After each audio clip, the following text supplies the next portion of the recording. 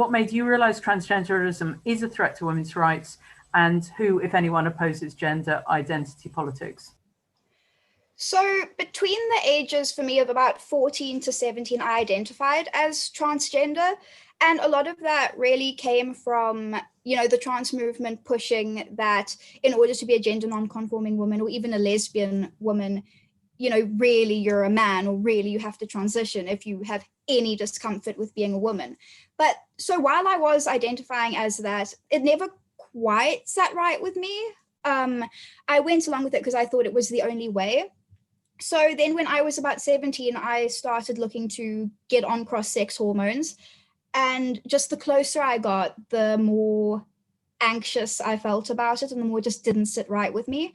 So I started looking at the transition narratives and what people had to say about, the opposite side of the debate, of the gender debate. And I just found things that made so much sense to me. And that really opened my eyes to everything. So then I also got to find the damage that gender ideology had done to me personally. And through finding that, I've also got to find the damage it was doing on a structural level and the threat it was posing to women's rights, just internationally and within South Africa as well. So that was how I discovered that trans ideology was a threat to women's rights. With regards to who opposes gender ideology in South Africa, unfortunately, it is primarily being opposed by the religious right.